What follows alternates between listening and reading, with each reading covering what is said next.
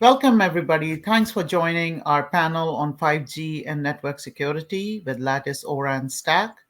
I'm your moderator, Mamta Gupta, Director of Marketing at Lattice Semiconductor, the low power programmable leader.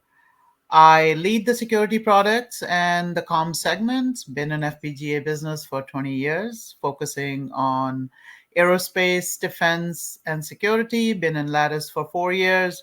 Very excited to be part of this discussion on ORAN. We have gathered a panel of experts and people with very strong, energetic views on the issues surrounding the network security. So welcome, Bob, Prasad, Sylvain, to our panel. And please go ahead and introduce yourself. Bob, let's start with you. Thanks, Mamta. So I'm Bob O'Donnell. I'm the president of TECHnalysis Research, a tech industry market research and consulting firm. And I have been an industry analyst for over 20 years, working with big players in the telco space, network equipment space, semiconductor space, software space, devices space, looking at all the big trends that are going on. And I also happen to write for publications like USA Today and Forbes, and Seeking Alpha, and a couple of other places as well. Thanks, Bob. Prasad? Hi, yes, this is Prasad Vindla. I'm part of the market segment team at Lattice. So I look at the overall market, including both wired and wireless. And I've been with Lattice now for 2 years and live in the San Jose area. Welcome, Prasad. And Sylvain? So yeah, I'm Sylvain Guilley, glad to be with you. I'm co-founder and the CTO at Secure-IC. Secure-IC is the security science company. So we provide IPs, integrated secure elements to the market to secure their products. Very glad to collaborate with Lattice. I'm also a professor in various universities, and I'm editing some international standards, for instance, on physically unclonable functions, white box crypto, and side-channel analysis. Excellent. Welcome, everybody. So this panel is about 5G. This panel is about ORAN. I would like to open this discussion with seeking your views and inputs on what's happening in 5G. What are the mega trends we are seeing in the 5G communication space? We hear about disaggregation and openness. And so, Bob, if you could kick us off on what you're seeing in the industry about this excitement about 5G. Sure, Mamta, thanks. So, the interesting thing about 5G, we've all been hearing about it. It's in the news everywhere.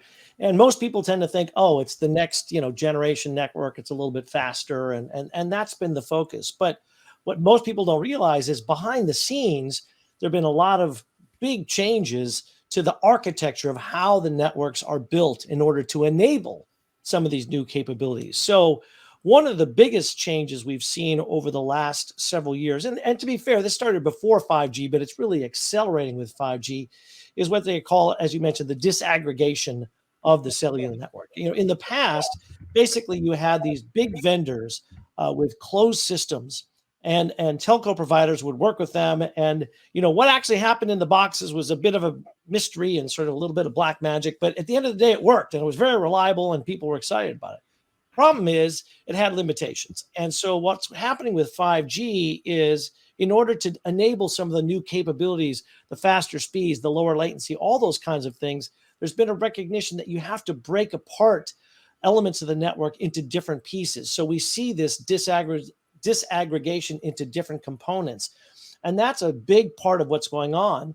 The other thing that we've seen is some of the similar trends to what we saw in data centers almost 20 years ago, this notion of virtualization and software-defined work. And so the cellular networks are being virtualized, they're being software-defined. We're seeing new mechanisms for enabling new capabilities and new technologies. And that's a really important deal. So that's one of the biggest steps. And then finally, there's this idea of, well, hey, if I can break these pieces apart, then why not be able to combine different pieces from different players? And that, at the end of the day, I think is what is driving this excitement around ORAN. or the ability to have an open RAN, radio access network, which is, of course, the heart of these cellular networks. And that's what's happening.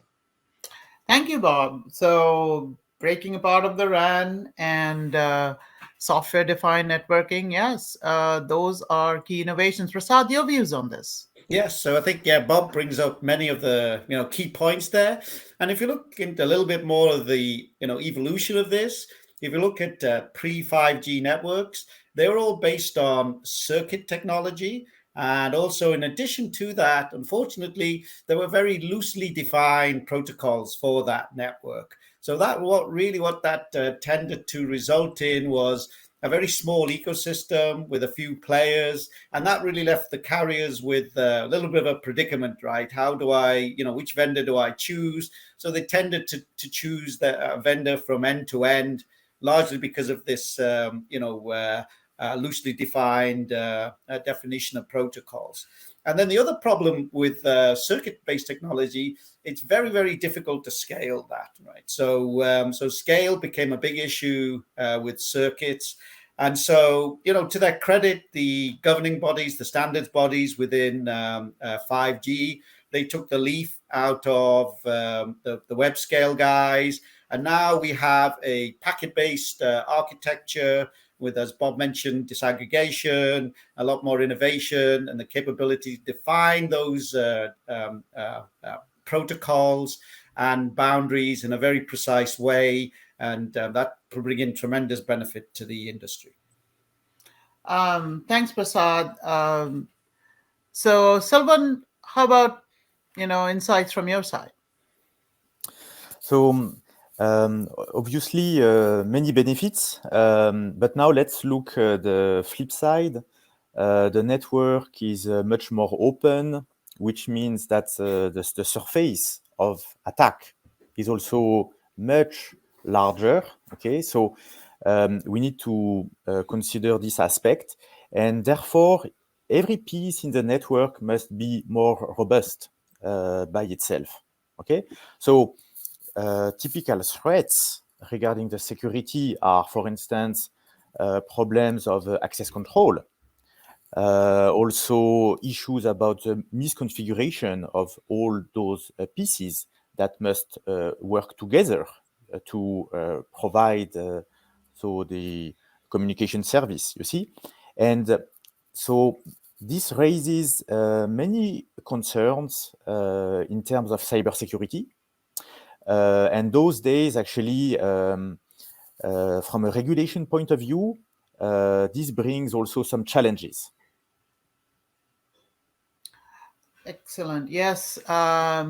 So software-defined network virtualization leading to disaggregation, more innovation, inviting multiple players into it, ecosystem getting richer, and that increasing the threat surface and increasing the need for security. Wow, those are indeed significant changes that are happening in the 5G infrastructure. Thanks for all those insights. Now, with that understanding of the evolution of 5G and the comms market, let's talk about ORAN. So for anyone unfamiliar with ORAN, Prasad, could you define ORAN and why is it so important to the comms industry? Yeah, so ORAN stands for Open Radio Access Network, and it really does build upon the fundamental concept that you have a disaggregated network. So all the hardware elements within the network all have defined interfaces. They have defined APIs for software, and behind all of that, you need a way to scale and provide innovation, right? So automation becomes a large part of this as well. And then if you combine all of those elements, you get what we define as ORAN, right? So you have the ability to add new functions, to have new devices added to the network without having to have any downtime. And then what's this resulted in? Well, it results in a much reduced capex. There is a lot more a bigger ecosystem now. The carriers have a lot more choice in how they want what vendors they want to choose. The second of all, there is a lot of there's reduced OPEX as well, largely because of the automation and innovation we bring in. Third, there is, with the innovation, we get a lot more feature-rich solutions in the market. Thank you, Prasad. So indeed, there are lots of benefits that network providers and service providers can get from this open infrastructure, and topmost being inviting more innovation, accelerating the speed of innovation, and reducing CapEx and OpEx by implementing this ORAN-like solution. So, Bob, what are you seeing in industry? How's industry reacting to ORAN? Well, there's a lot of excitement about ORAN. I mean, the buzz is just crazy because everybody and their brother is talking about ORAN. And, to be clear, this is something that's going to take a while. It's easy to forget that telcos are kind of like a utility. They're most focused on reliability, and they need it to always work. And then they're bringing the innovations in as they can. But the beauty of doing what we're seeing with ORAN, with the software-defined stuff, is now we're seeing telcos and the whole network infrastructure being able to leverage the same kinds of modern software architectures that we saw drive cloud computing over the last few decades. So now we're seeing this notion of containerization, network functions being containerized and being able to run in various places. And that means there's new methodologies for building that software. The whole notion of CI/CD, continuous innovation, continuous development, that allows much faster turnaround, because in the olden days, when you had these closed systems, it was much harder and a much longer process to bring new features and capabilities. But a big part of 5G, as I mentioned at the beginning, is the fact that it's supposed to do new things. It's supposed to bring on capabilities that we couldn't do before. Well, that's never going to happen in a world where software moves at a slow pace. So that's another exciting part. In fact, probably one of the most exciting parts about ORAN is this ability to leverage these new software methodologies in terms of building software, then deploying them, the speed with which you can do that, the number of people that you can do, because now all of a sudden, instead of it being a closed box system that nobody knows how it really works except for a few very specialized people, you open up the market to a wider range of developers, which offers more flexibility, et cetera, et cetera. So it's definitely very exciting times as people start to figure it out. Yet, as we'll get into, there are some security concerns. So Bob, I think that you bring up some good points there, and we've got to give the industry credit, right?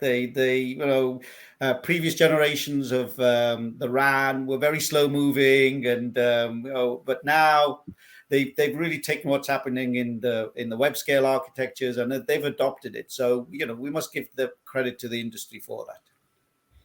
Yes, absolutely, Prasad. This speed of innovation that we are seeing is unprecedented. Sylvain, your views on this? So obviously, I fully agree. But now look also more software, more frequent updates about the functionalities in the network also means, unfortunately, more bugs. And therefore, there is a need to protect actually the network against some attacks, denial of service attacks, for instance, especially because, as we mentioned, disaggregation brings also more attack surface. So that's one aspect. So avoiding the infrastructure to face an attack or even to collapse. And another aspect is with respect to the user data, which of course must be protected in confidentiality. So, end-to-end encryption. That's also a challenge in an infrastructure which is heterogeneous, broken into several pieces. And so those two aspects are really critical. And so they must be addressed technically, but also from a regulation point of view. Thanks, Sylvain. Thanks, panelists, for that very insightful open to this panel.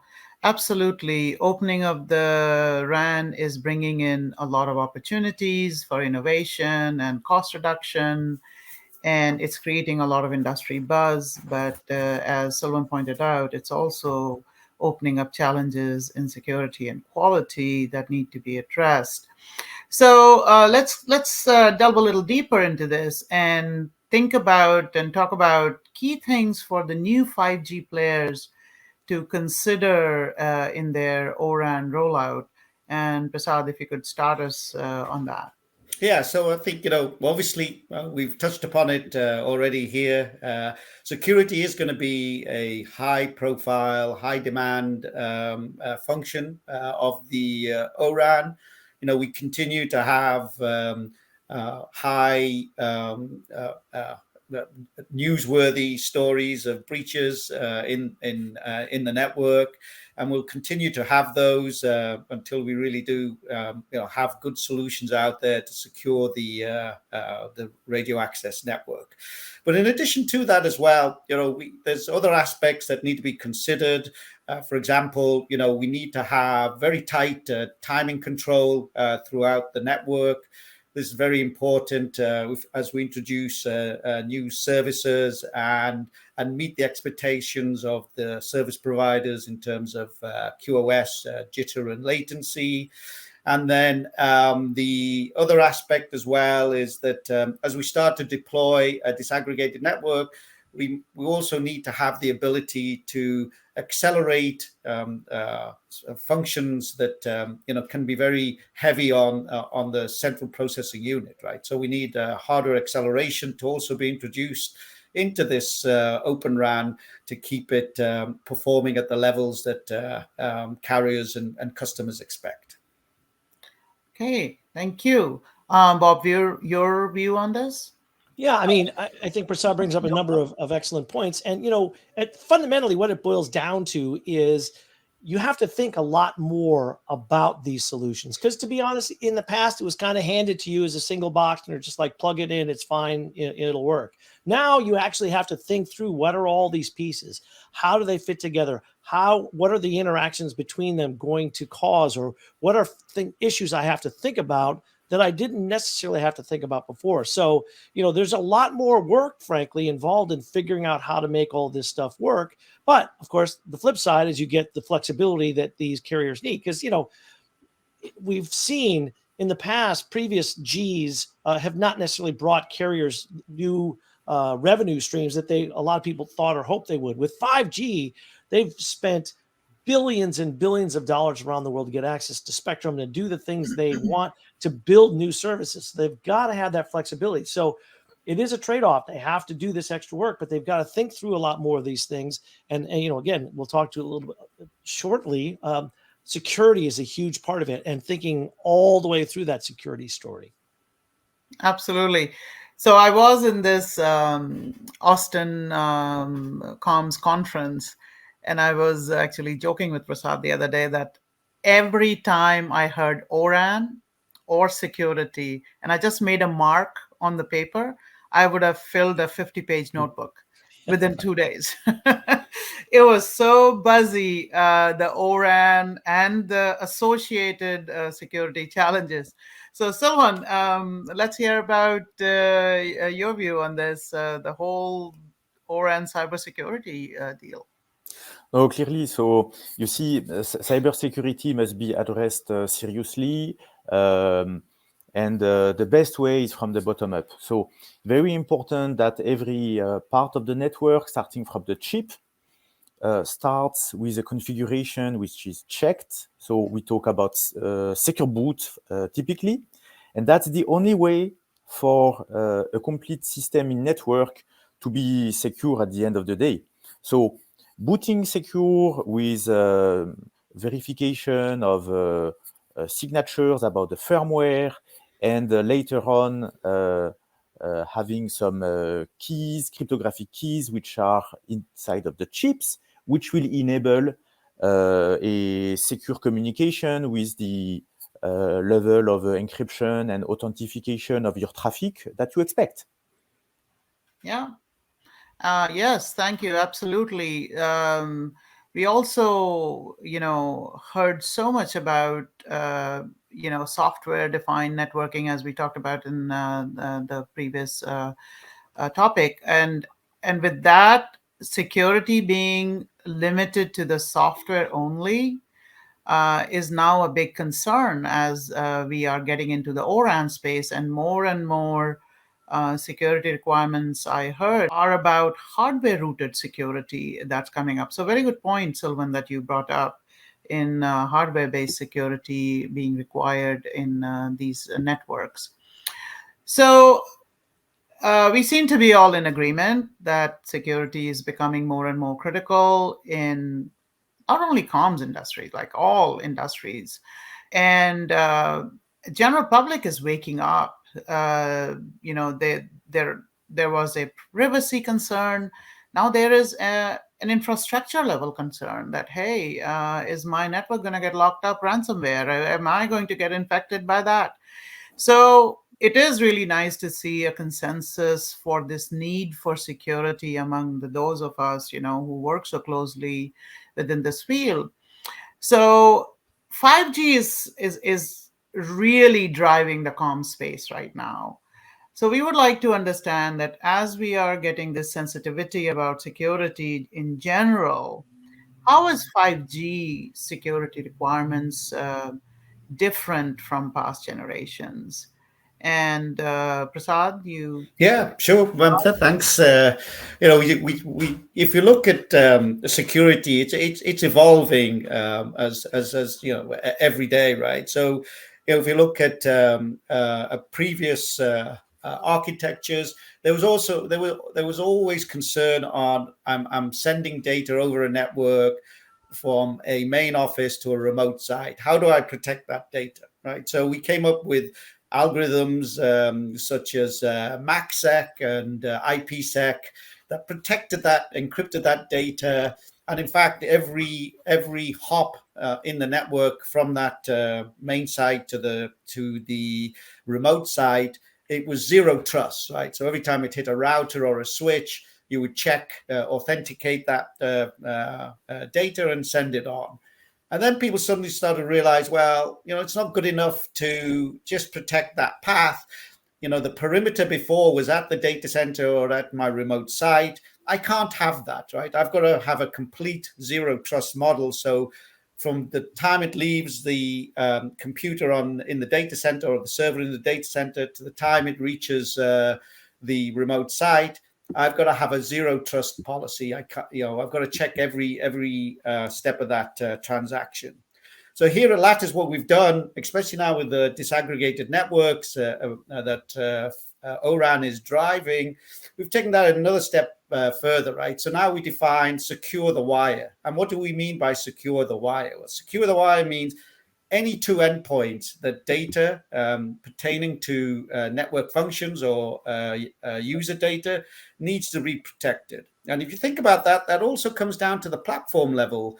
Now, all of a sudden, vendors that used to have an enclosed system and had their own proprietary hardware and software now have to interact with third-party vendors in this new disaggregated environment. So now it comes down to the chip level. And when we're exchanging data between two chips on a platform, we also have to make sure that transaction is also protected. So that's what we mean by secure the wire. It goes all the way from the platform level to the network level. All data has to be protected. Excellent. So zero trust security and securing the channel of communications. A great insights. Bob, what are you seeing and your inputs on this?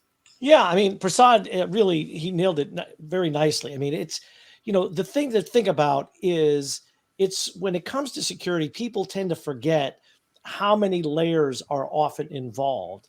And in this particular case, you tend to think, oh, well, yeah, I'm worried about the device to device connection and you have to authenticate between these devices, which again, in the past, you didn't worry about that because they were all interconnected as a single box.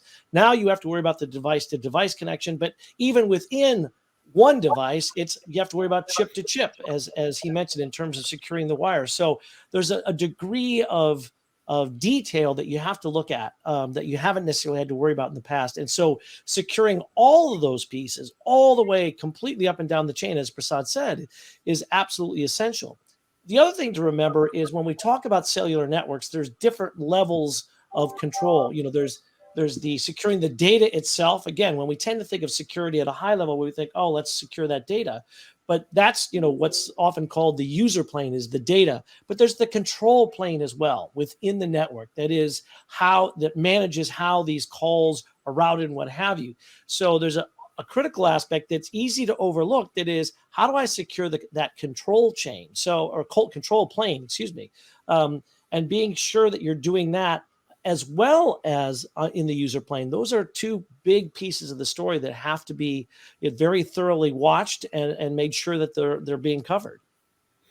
Yeah, so Bob, that's a great point, right? I think it's very important to understand that control data is very important in the network, right? So if hackers and bad actors get a hold of that data, they can start controlling your network, right? And they can bring it down. They can do a lot of bad things. So it's not all about user data. It's control data is very critical to protect as well. Exactly. Yeah, and what I see is that from the regulation point of view, there's a lot of activity. We see the ENISA in Europe publishing many guidelines of good practices. Those systems are complex, you see. So regulation is kind of talking about frameworks, you see.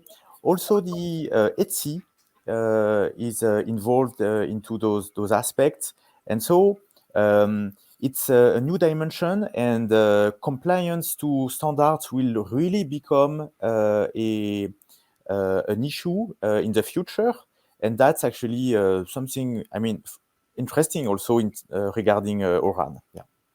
So now, given this evolution of both the technology and the network implementation, what do you all think about what's next for 5G? What can the industry prepare for this fast evolving new generation of comms technology, the market trends? Bob, you want to start? You have the industry perspective. Yeah, sure. I mean, look, there's the next steps forward. I think we're going to see are a couple of different things within the world of 5G. First of all, we've continued to see the rollout of things like millimeter wave around the world. It's been here in the U.S. It's been in a few other markets, but we're starting to see millimeter wave roll out. And along with millimeter wave is the demand for small cells, because millimeter wave physically can't transfer that far, so you need a lot more cell sites to do that. So that means there's a lot more pieces. And oh, by the way, they need to be low power, because you can't have super energy sucking cells every 50 feet. Well, not every 50 feet, but anyway, you can't have them doing that. The other big thing is there's a lot of talk about edge computing and integrating edge computing into some of these small cells and other types of sites. So what that does is, adds to the complexity of all these pieces fitting together. So you need something that can handle all that. And what that brings up, even though people don't necessarily think about it, you've got to have, securing that data, low power, and then also synchronization. When it comes to networks, the ability to make sure things are synchronized and work together is critically important. I'm a musician, as you can see from my background, and I like to use musical analogies. So when musicians play together, you have to have the same tempo. They all have to work together. It's the same thing with these networks. They are time sensitive, and so they have to be coordinated in that fashion. And it turns out FPGAs are a good solution for both the security as well as the synchronization piece. Thank you. Yes, Bob. Prasad, as the comms marketing manager, you want to add to what Bob was saying? How are you focusing the products and applications? Yeah, no, Bob made some great points there. And certainly, from our customer interactions, we do see a lot of activity in the, multi-edge compute space, right? We see that as a real growth market. Obviously, macro cells continue to deploy, but, they're now not being deployed as fast as something like MEC. Or the other aspect we're seeing a lot of growth in is in small cells indoor. Again, as Bob pointed out, that this allows enterprises and campus networks and industrial applications really to have the low latency, high bandwidth, performance that they need to to establish reliable networks indoors. So that's really where we see the growth areas. Hey, Sylvain? So, I just want to comment on the fact that the network is built with parts from different vendors, and therefore, so first of all, indeed, each part must be secure as much as possible by design. Okay, and also we need to think about the supply chain and supply chain security. So in particular, we need the configuration to be authentic. So that's all about enabling functionalities like capability to audit and to attest about the good versions of the software code which is running in each of these apparatus, you see. So we have talked about 5G and the security needs. Lattice is an FPGA company, but we also have an impressive solution stack portfolio. So let's talk about how FPGAs fit in the ORAN deployment, and why did Lattice choose to launch the ORAN solution stack last month? Prasad, you want to start us off? Sure. So really, Lattice, as Mamta has mentioned, we have low power, small form factor, high performance with our solutions, right? So it's a lot of the interactions with our customers has told us that there's certain aspects within the network that we need to address. So first of all, we've discussed this in depth here. Security is going to be a major concern, and securing the wire is something that our customers now are educated on, understand the requirement and why they need it. So we're seeing a lot of interest in our ability to secure all communications channels at the system and at the platform level. Second of all, 5G does require, or ORAN requires, very tight timing requirements. You need that synchronization to be enabled end to end, and so we'll be providing solutions to address that. And the final aspect of it is the hardware acceleration. FPGAs have an inherent advantage in that we can process things in parallel. And if you combine that with the fact that you can do it in low power and you can have small form factors, especially where those two aspects matter in small cells, that's where we'll be providing solutions to accelerate functions, to maintain QoS and SLA requirements of ORAN. Thanks, Prasad. Bob? Well, yeah, I mean, Prasad, really, I think, discussed it quite nicely. And I will say, quickly plug a white paper that I've written for Lattice called Bringing Security to 5G ORAN Deployments. And it goes into all of those elements in detail in terms of exactly what some of your solutions are doing. But, I think it's important to remember and put this all into context. When we talk about ORAN, there's so many players involved and there's so many pieces involved. And Lattice is doing a portion of it because there's no company that can do all of this. No company that can do just the acceleration. No company that can do just the security on their own. You're going to need the cooperation and work of multiple vendors. And Lattice is doing a couple of very critical things that are enabling this at several important levels, some of which tend to get overlooked by people. So I think it's important to remember the role that they play, the things that they can do, and how fundamental they are to building up this ORAN stack. Yeah, Bob, I think, again, great point there. And Sylvain picked it up on the last piece as well. It's very important now to build with security in mind, right? And security, from both the network level and the platform level, that needs to be architected from the initial stages. You can't, bring that in as an afterthought and add something to the design later. So all that has to be planned and catered for up front. Yeah, exactly. And you see, so one aspect of security is really to enforce platform firmware resiliency, this PFR. Many people talk about that.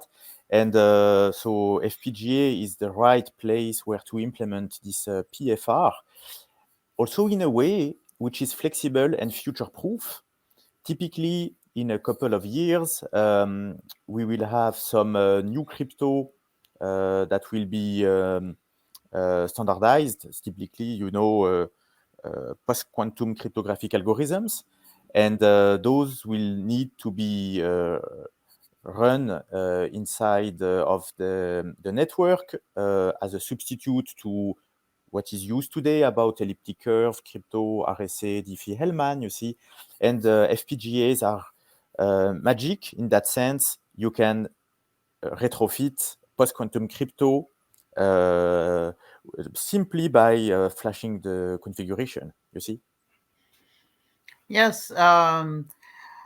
Thank you, panel. Excellent, valuable insights. All good things come to an end. So we are coming to the end of our panel discussion. We learned about what's happening in today's 5G comms market. This is the space Lattice has been involved for years, and we are very excited to be providing our new ORAN, Lattice ORAN solution stack, helping our customers secure the wire. And for our viewers, if you would like to learn more about FPGAs or what Lattice is doing to enable faster, safer ORAN deployment, visit our ORAN solution product page shown on the screen.